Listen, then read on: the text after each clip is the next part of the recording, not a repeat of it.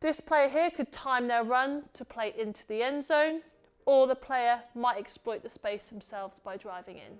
So on the other hand, the Blues are going to be finishing in the central goal here. So what we're looking at now is they're going to be linking back to week 1 and week 2, receiving in tight areas.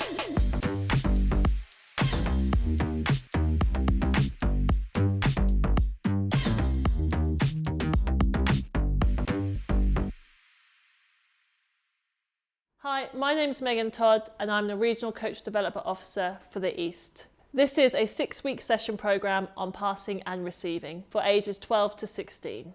This is week 5 of the 6-week session programme.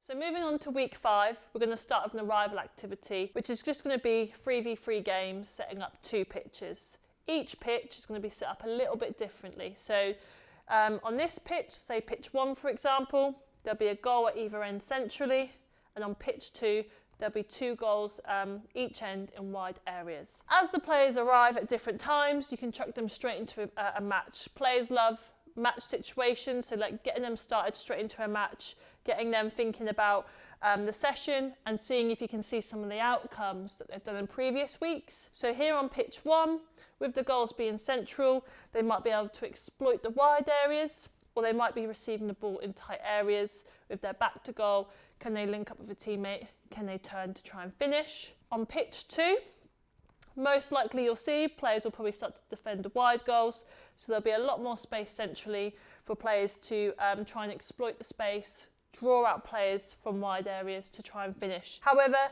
let the players play a little bit as they arrive. See if you can see those outcomes, see if you can see the players now starting to link back to what you did in the previous weeks. So we're now on to week 5, practice 1, and it's going to be a match situation. We're now going to move into some 5v5s onto a bigger pitch. The setup's going to be a goal in each wide area at each end, and there'll be an end zone at each end just before the goals. Yellows will be finishing in these 2 goals. Blues will be finishing in these 2 goals here. How the game will work is, say for example the Yellows are in possession here, they're trying to finish in these goals. Can they combine and play into the end zone to then finish? So the end zone line is kind of an offside line, so the timing of the run, playing the ball through to finish.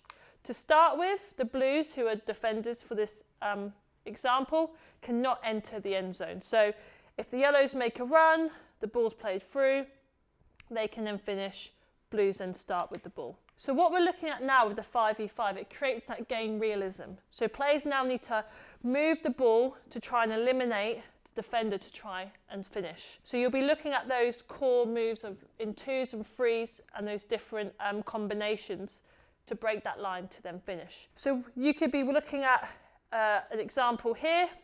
The player here could be playing up into there, back, player runs through to then finish. You could be also looking at overlaps to go finish, so different combinations of breaking down the other team.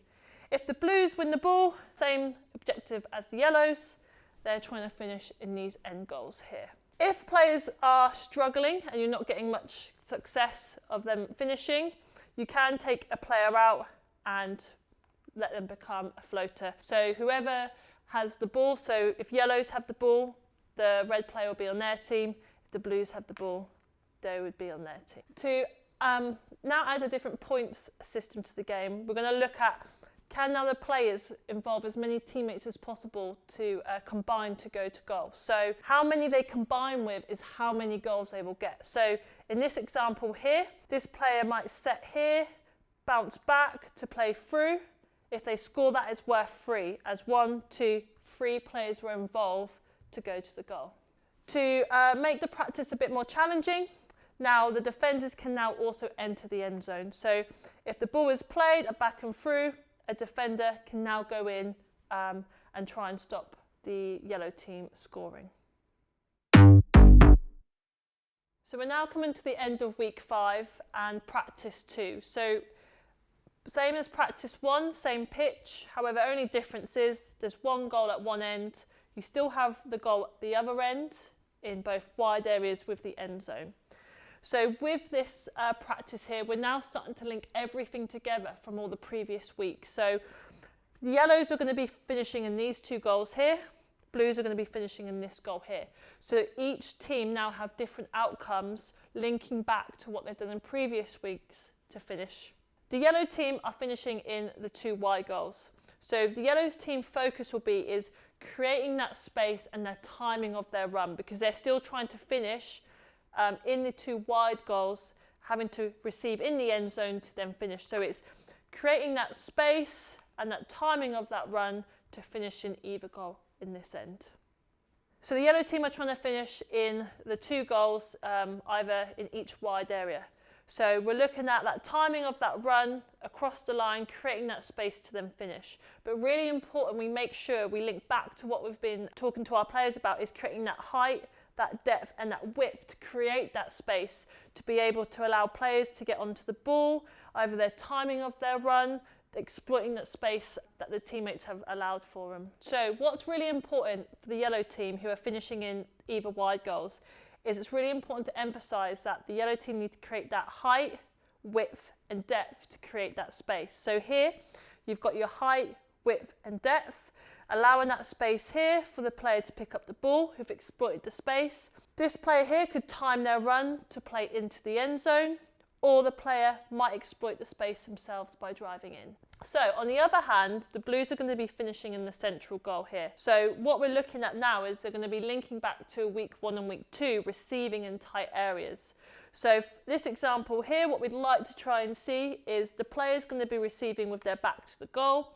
So as the ball comes in, linking back to kind of the scanning, where the pressure's coming from, we want to encourage them to try and turn to get a shot off. If they're unable to do that, can they combine with a teammate to then finish instead? So linking back to what they've done in week 1 and week 2, receiving in tight areas, scanning for bots, so where the ball's coming from, where the pressure is coming from, where are your teammates to help you to then finish. Just remember to swap the teams over, as they both have different outcomes trying to score. So the yellows are trying to receive to space to finish, whereas blues are trying to receive to feet to finish. So just make sure you swap them over so they both get a go at the outcomes. So with week 5, what you want to see going into the match day with your players is we've been working a lot on combining to eliminate opposition players. So be looking on match day, can your players now replicate that into the games, combining with each other to eliminate an opposition player?